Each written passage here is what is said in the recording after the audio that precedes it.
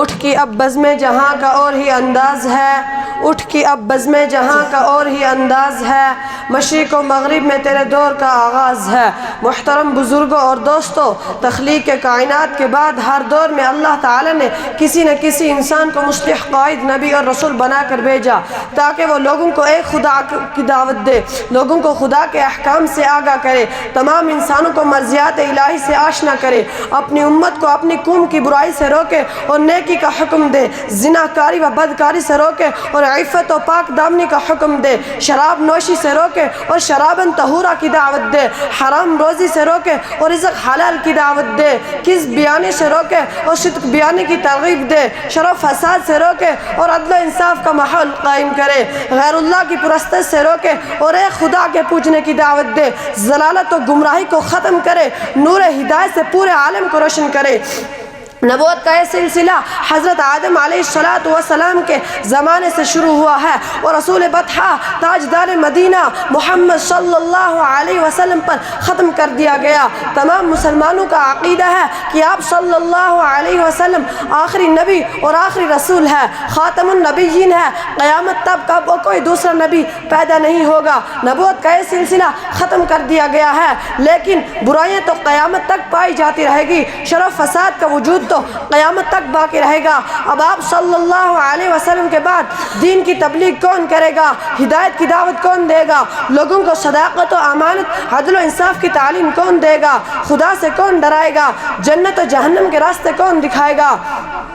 اللہ تعالیٰ نے اس کا بھی انتظام کر دیا اور فرمایا کنتم خیر امت اخرجت للناس تأمرون بالمعروف وتنہون عن المنکر وتؤمنون باللہ، تم لوگ سب سے بہترین امت ہو، لوگوں کو خیر کا حکم دیتے ہو، برائی سے روکتے ہو۔ دوستو، نبوت کا سلسلہ ختم کر دیا گیا ہے، لیکن نبوت والا کام تو قیامت تک چلتا رہے گا۔ اللہ تعالیٰ نے دعوت و تبلیغ، امر بالمعروف اور نہی عن المنکر کی ذمہ داری اللہ تعالیٰ نے دعوت و تبلیغ، امر بالمعروف اور نہی عن المنکر کی ذمہ داری اس امت کے کندھے پہ ڈال دی، اسی وجہ سے اس کو خیر امت کا لقب دیا گیا۔ چنانچہ علامہ قرطبی اس آیت کی تفسیر کرتے ہوئے فرماتے ہیں مدح لهذه الامة ما اقاموا ذلك واتصفوا به فاذا تركوا التغيير وتواطؤوا على المنكر زال عنهم اسم المدح ولحقهم اسم الذم وكان سببا لهلاكهم۔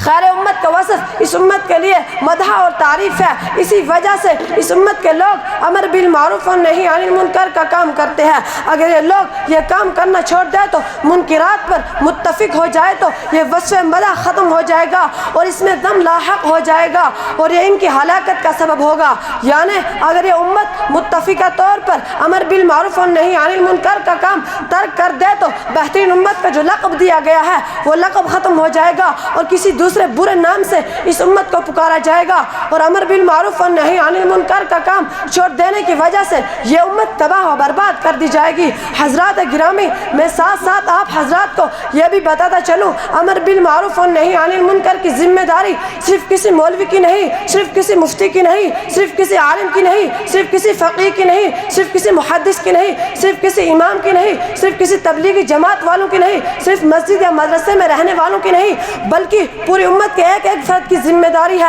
کوئی برائی کر رہا ہے تو اسے روکے، اسے سمجھائے، کوئی اللہ کی نافرمانی کر رہا ہے تو اسے اللہ کا خوف دلائے، کوئی نماز نہیں پڑھ رہا ہے تو اسے نماز کی دعوت دے، باپ بیٹے کو سمجھائے، ماں بیٹی کو سمجھائے، بیٹی ماں کو سمجھائے، بھائی بھائی کو سمجھائے، غرض جس کے بھی سامنے کوئی برائی کرے اسے روکے، اسے ٹوکے اور اچھے کام کی ترغیب دے۔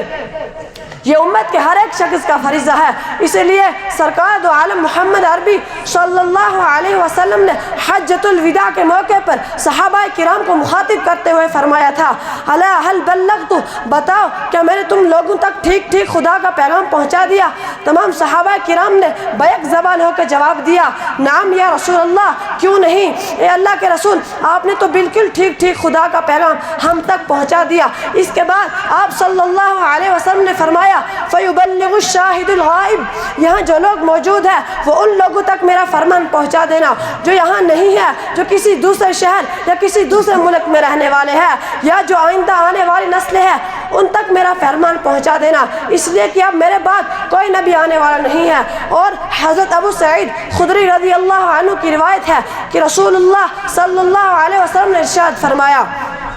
من رأى منكم منكرا فليغيره بيده فإن لم يستطع فبلسانه فإن لم يستطع فبقلبه وذلك ضعف الإيمان۔ تم میں سے جو بھی کوئی منکر دیکھے تو اسے چاہے کہ اسے ہاتھ سے روکے، اگر اس کی طاقت نہ ہو تو زبان سے روکے، اگر اس کی بھی طاقت نہ ہو تو دل سے اسے برا سمجھے۔ یہ ایمان کا سب سے ادنا درجہ ہے۔ ہاتھ سے منکرات کو روکنے کا مطلب یہ ہے کہ اگر آپ کا لڑکا یا آپ کے ماتحت رہنے والا کوئی انسان ٹی وی دیکھ رہا ہے، ریڈیو سے گانے سن رہا ہے، تو ریڈیو ٹی وی اٹھا کر پٹک ڈالو، اسے توڑ ڈالو۔ اگر وہ شراب پی رہا ہے تو شراب کو زمین پر بہا ڈالو۔ اگر کسی کا مال چوری کر رہا ہے، کسی کا مال چھین رہا ہے، تو اس کے مالک تک مال مغصوب کو لوٹا دیجئے۔ غرض اگر آپ کسی ایسے شخص کو برائی کرے ہوئے دیکھیں جس پر آپ کا قابو ہو، جس پر آپ کا کنٹرول ہو، تو آپ پر فرض ہے کہ آپ اسے ہاتھ سے روکیں۔ اگر اس کی طاقت نہ ہو تو زبان سے کہیں، اور اگر زبان سے کہنے کی طاقت نہ ہو، زبان سے کہنے میں شر و فساد کا اندیشہ ہو، تو دل سے اسے برا سمجھے۔ یہ نہیں کہ کوئی گانا گا رہا ہے